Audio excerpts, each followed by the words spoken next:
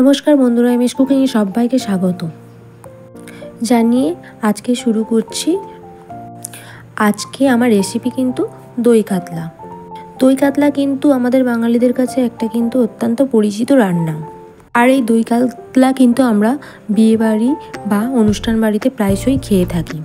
আর এটা বাড়িতে বানানো খুবই কিন্তু সহজ। আর বাড়িতে কোনো যদি অনুষ্ঠান বা স্পেশাল ওকেশান থাকে এটা কিন্তু অবশ্যই ট্রাই করে দেখো। তো এখানে আমি কেমনভাবে বানিয়ে নিয়েছি আপনাদের সঙ্গে শেয়ার করলাম। তো দই কাতলাটা বানানোর জন্য এখানে কাতলা মাছ নিয়েছি। এখানে কিছু মাছ নিয়েছি, নিয়ে মাছটাকে নুন দিয়ে আর হলুদ দিয়ে ম্যারিনেট করে নেব। আর ভালো করে হাত দিয়ে মাছগুলোকে ঘষে ঘষে নুন আর হলুদ মাখাবো।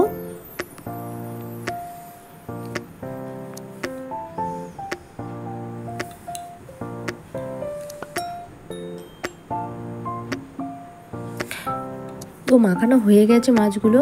আর মাছটা কিন্তু বেশ বড় সাইজের ছিল, কাতলা মাছ। এখানে মিক্সি নিয়েছি, মিক্সির মধ্যে 4 মগজ নেওয়া হয়েছে। আর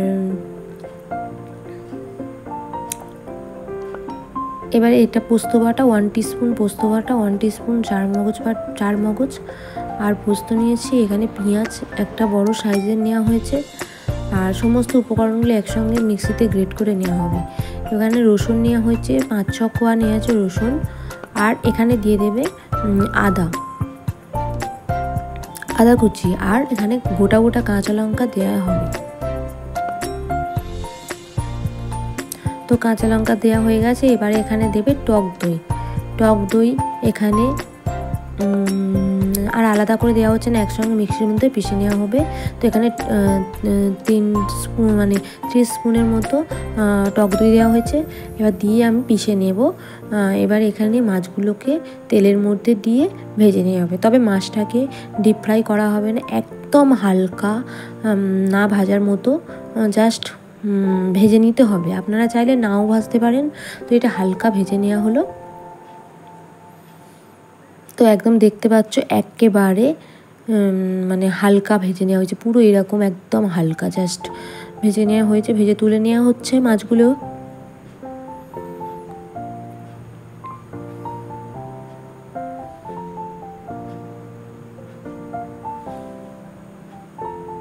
তো অবশ্যই এরকম স্টাইলে ট্রাই করবেন, খুবই কম সময়ে অনুষ্ঠান বাড়ির মতো বা যে কোনো বাড়িতে অকেশান থাকলে এরকম বানিয়ে নিতে আমরা অবশ্যই পারবেন। এখানে সরিষার তেলের মধ্যে কালো জিরে আর কাঁচা লঙ্কা ফোড়ন হিসাবে দেওয়া হয়েছে। এবারে এখানে একটু জল দেওয়া হলো। এবারে জল দেওয়ার পরে এবারে যে মিক্সিতে যেটা আমি বানিয়েছিলাম পেস্টটা, সেটাকে ঢেলে দেওয়া হলো। তো দিয়ে এবারে ভালো করে কষিয়ে নেওয়া হবে।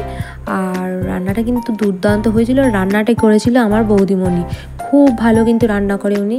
তো উনি রান্নাটা করেছিল আর ভিডিওটা আমিই করেছিলাম। তো উনি রান্নাটা করেছিল, তো ওনার রান্না এটা। তো মিক্সি যেটা দেওয়া হলো, এবারে এখানে দেওয়া হচ্ছে নুন দেওয়া হচ্ছে পরিমাণ মতো, নুনটা আপনারা দেবেন। আর হলুদ জাস্ট সামান্য অল্প পরিমাণে দেওয়া হয়েছে, দেখতে পাচ্ছ একদম 1 চিলতে। এখানে কাঁচা সরিষার তেল দেওয়া হলো, দিয়ে এবারে খুন্তি দিয়ে হালকা হাতে নেড়ে চেড়ে দিতে হবে। আর খুব দারুণ কিন্তু হলুদটা যখন হালকা অল্প দেওয়া হয়েছে, কালারটা কিন্তু দারুণ এসেছিলো। এবারে মাছগুলোকে আস্তে আস্তে ছেড়ে দেওয়া হবে। যে ভেজে রেখেছিলাম হালকাভাবে ভেজে রাখা মাছগুলোকে ছেড়ে দিয়ে দিতে হবে। তো মাছগুলো সমস্ত ছেড়ে দেওয়া হয়ে গেছে। এবারে একটু মাছগুলোকে ডুবিয়ে দেওয়া হবে। এই রেসিপিটা কিন্তু খুব কম টাইমে দুর্দান্ত, আপনাদেরকে রিকোয়েস্ট করব করার জন্য। এরকম প্রসেস কিন্তু দারুণ লাগে, খুবই অল্প টাইমের মধ্যে। আর অনুষ্ঠান বাড়িতে এরকম একটা রেসিপি থাকলে তো কোনো কথাই নেই। তো মাছগুলোকে দেওয়া হয়ে গেছে, হালকা হালকা ফুটছে। এবারে কিছুক্ষণ ঢেকে রেখে দিতে হবে। মাছটা স্টিমে হবে, যেহেতু মাছটা হালকা ফ্রাই করা হয়েছিল। তো কিছুক্ষণ পরে খুলে নেওয়া হচ্ছে ঢাকনাটা। আর মাছগুলোকে একবার করে উল্টে দেওয়া হচ্ছে। দুর্দান্ত একটা রেসিপি।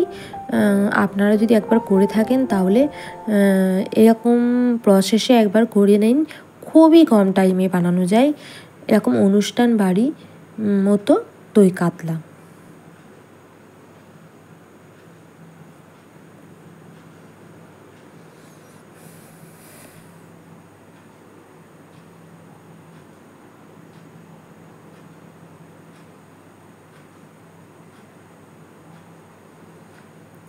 তো রেডি হয়ে গেছে, এবার গরম গরম ভাতের সঙ্গে এটাকে সার্ভ করতে হবে। তো রেসিপিটি ভালো লাগলে অবশ্যই লাইক কমেন্ট শেয়ার করবেন। আর কতটা লোভনীয় হয়েছে তো আপনারা দেখতেই পাচ্ছেন, ঝটপট বানিয়ে ফেলুন এরকম প্রসেসে। তো ভালো লাগলে লাইক কমেন্ট শেয়ার করো, আর চ্যানেলটিকে সাবস্ক্রাইব করার অনুরোধ রইল। নতুন কোনো বন্ধু হলে পাশে থাকার অনুরোধ রইল। আর কমেন্টস করে অবশ্যই জানাবেন যে রান্নাটি কেমন হয়েছে। ভালো থাকবেন, সুস্থ থাকবেন, সকলকে ভালো রাখবেন। আর আমার রেসিপিটি ভালো লাগলে বন্ধুদের মধ্যে শেয়ার করার অনুরোধ রইল।